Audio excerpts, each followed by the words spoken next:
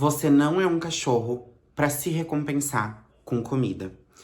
Essa é uma das frases que eu mais tenho ouvido no meu TikTok e em algumas outras redes sociais, principalmente quando aparecem aqueles nutricionistas que, num geral, não têm uma índole muito legal.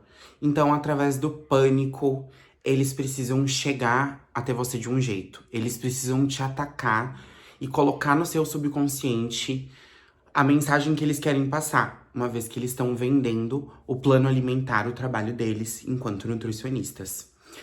Só que o impacto dessa frase, pra mim, ele acabou pegando pesado. Então isso mexeu muito com a estrutura do que eu venho pensando.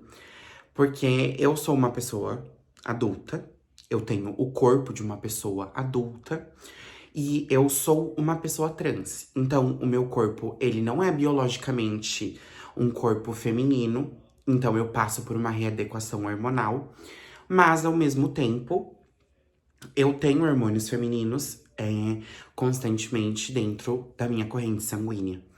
E o que exatamente isso tem a ver com o que eu falei no começo do vídeo? Com a onda da extrema magreza e a volta dos anos 2000, eu venho sentindo que cada vez mais esses profissionais da área da saúde têm tentado criar um pânico em cima de comida, em cima da própria alimentação.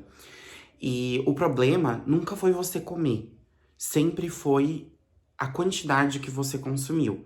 Dentro disso, nós temos compulsão, nós temos transtornos, nós temos problemas de estímulo visual, né? Onde a pessoa se sente mal com o que ela vê no espelho. Mas, ao mesmo tempo, a gente tem uma perca muito grande do porquê a comida existe. A comida, ela é um alimento, ela é a alimentação necessária para que nós nos mantenhamos vivos. Isso é um fato. Nós precisamos nos alimentar para viver, mesmo que com o básico. E, ao mesmo tempo, alimento é afeto. Alimento é uma lembrança de uma pessoa que não existe. Alimento é uma memória de um momento bom. Alimento é um momento de paz, onde você consegue vivenciar a degustação de algo e, ao mesmo tempo, fazer algo prazeroso para você. Como comer uma pizza num fim de semana assistindo um filme.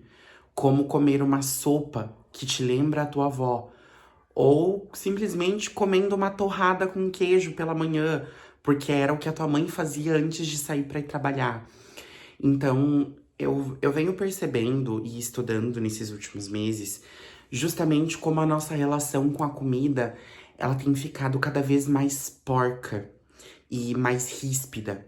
A gente vem tratando a alimentação como se fosse algo única e exclusivamente feito para nos mantermos vivos.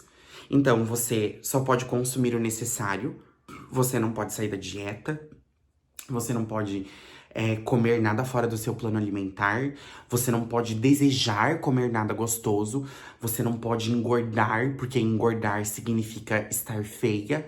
Logo, você vai ter que emagrecer e voltar a fazer um plano alimentar ainda mais rigoroso.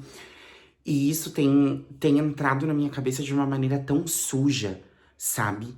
Tem entrado na minha cabeça de uma maneira até que subliminar. Porque eu venho parando pra reparar que eu não tô mais sentindo vontade de comer.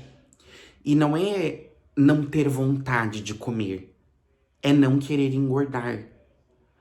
E isso vem justamente desse terror alimentar que trata a questão sentimental da coisa, sabe? O terror que nos é colocado em cima de uma alimentação que não é 100% saudável. Você não vai morrer por comer um chocolate com a sua filha. Você não vai morrer por comer uma pizza no fim de semana. Você não vai morrer por sair pra jantar com os seus amigos no aniversário dele. Assim como você não vai morrer comendo arroz, frango e verdura todo dia. Porque é o básico, é o mínimo pro nosso corpo viver.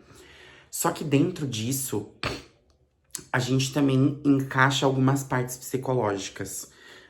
Na nossa primeira infância, nós temos os vícios, né? Que é o aprender a controlar o esfíncter, o visual, o oral.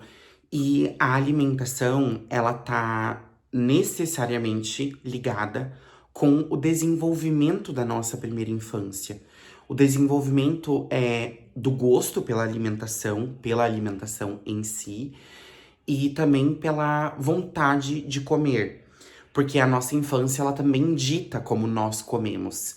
Pessoas que não tiveram muito acesso, quando começam a ganhar dinheiro, costumam desenvolver uma compulsão alimentar, porque elas querem consumir tudo aquilo que em algum momento lhes foi negado. Pessoas que cresceram muitas vezes de uma maneira razoável e estável têm uma relação melhor com a comida.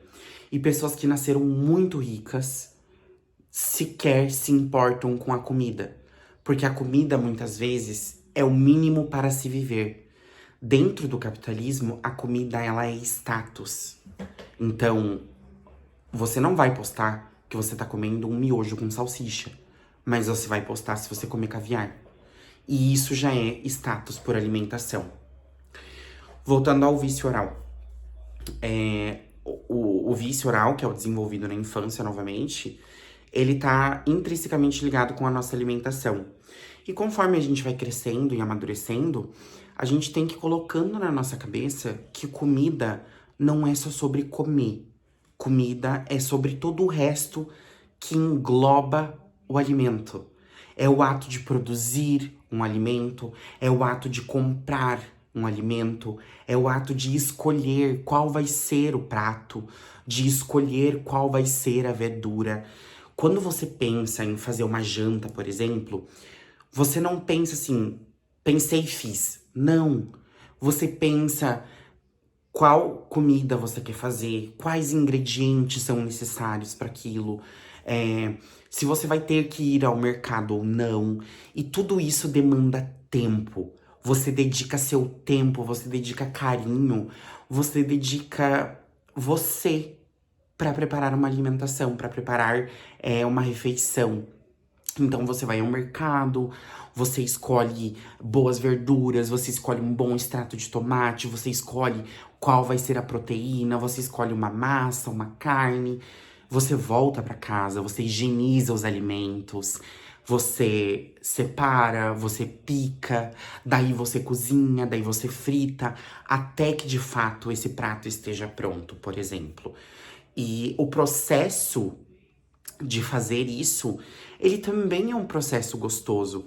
Porque dentro de todo esse processo, você foi ao mercado com a sua filha, com a sua mãe.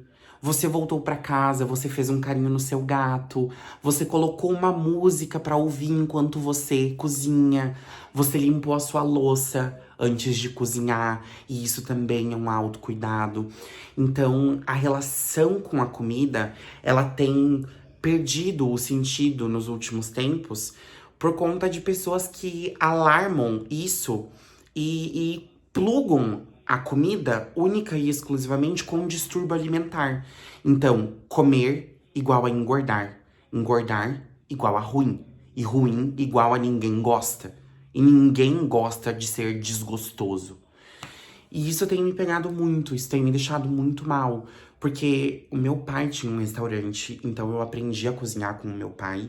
Eu venho de uma família tradicionalmente alemã, então os almoços de domingo, eles são recheados de massa caseira, de muita carne, de arroz, de salada e de todo o processo que nós temos para preparar. Ouvir uma música, conversar com a minha mãe, separar os ingredientes, debater sobre como vai ser feito, quem vai fazer a maionese do domingo, quem vai assar as carnes, quem vai cuidar o tempo do forno para que a lasanha fique lá dentro. Então, a gente tem cada vez mais perdido o gosto pela comida, porque hoje a gente tá esquecendo que comida não é só o alimento pro corpo. É um alimento para a alma, é a manutenção de uma boa relação, é a manutenção de, de uma boa risada, de uma boa conversa, de algo legal. Cozinhar não tem que ser algo ruim. Comer não tem que ser algo ruim. E não é. Você comer, como eu falei antes, você comer um doce no fim de semana, você comer uma pizza, você sair com seus amigos pra jantar, nunca deveria ser motivo de segregação. Ah, os meus amigos vão ir hoje, mas eu não posso porque eu não posso sair da rotina. Ah, minha mãe vai fazer um almoço e eu não posso almoçar com a minha mãe porque eu não quero sair da rotina e ela vai fazer algo que eu não como. Isso tudo faz com que cada vez mais a gente entre dentro de um ciclo vicioso de associar o alimento a, somente com a manutenção do corpo e não com o prazer que nós temos em nos alimentar e fazer o que nós devemos fazer em todo o processo que envolve a comida. E eu acho isso muito triste. Porque, como eu falei, eu venho perdendo o gosto por fazer algo que eu amava. Porque eu me sinto mal. Eu sinto que eu não poderia comer uma pizza no fim de semana, porque senão eu vou ficar mais gorda. Eu sinto que eu não poderia cozinhar uma comida que eu gosto, porque só eu vou cozinhar só pra mim. Então não tem graça. Eu posso simplesmente comer um arroz seco, arbóreo, com um franguinho e uma salada, sabe? Então a minha relação com a comida ela vem se perdendo. E obviamente eu quero lidar com isso da maneira mais graciosa que eu conseguir. Só que eu me sinto frustrada. Eu me sinto frustrada porque eu só percebi isso agora. E vai fazer um ano que isso tá acontecendo.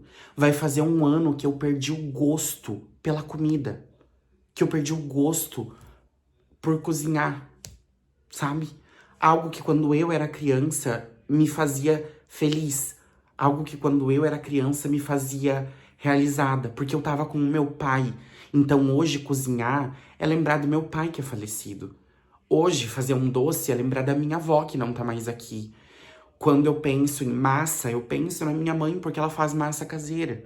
Quando eu penso em refrigerante, às vezes eu penso na minha mãe também, porque a gente produz refrigerante caseiro. Então, o processo de escolher um prato, de ir ao mercado, de cozinhar, ele se perdeu pra mim.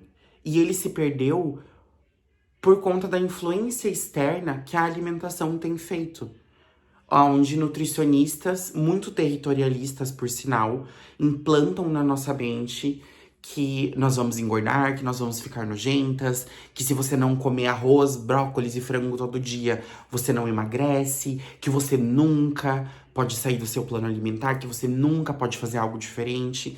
E isso é muito triste, porque eu só fui tomar consciência desse problema há 2, 3 dias atrás.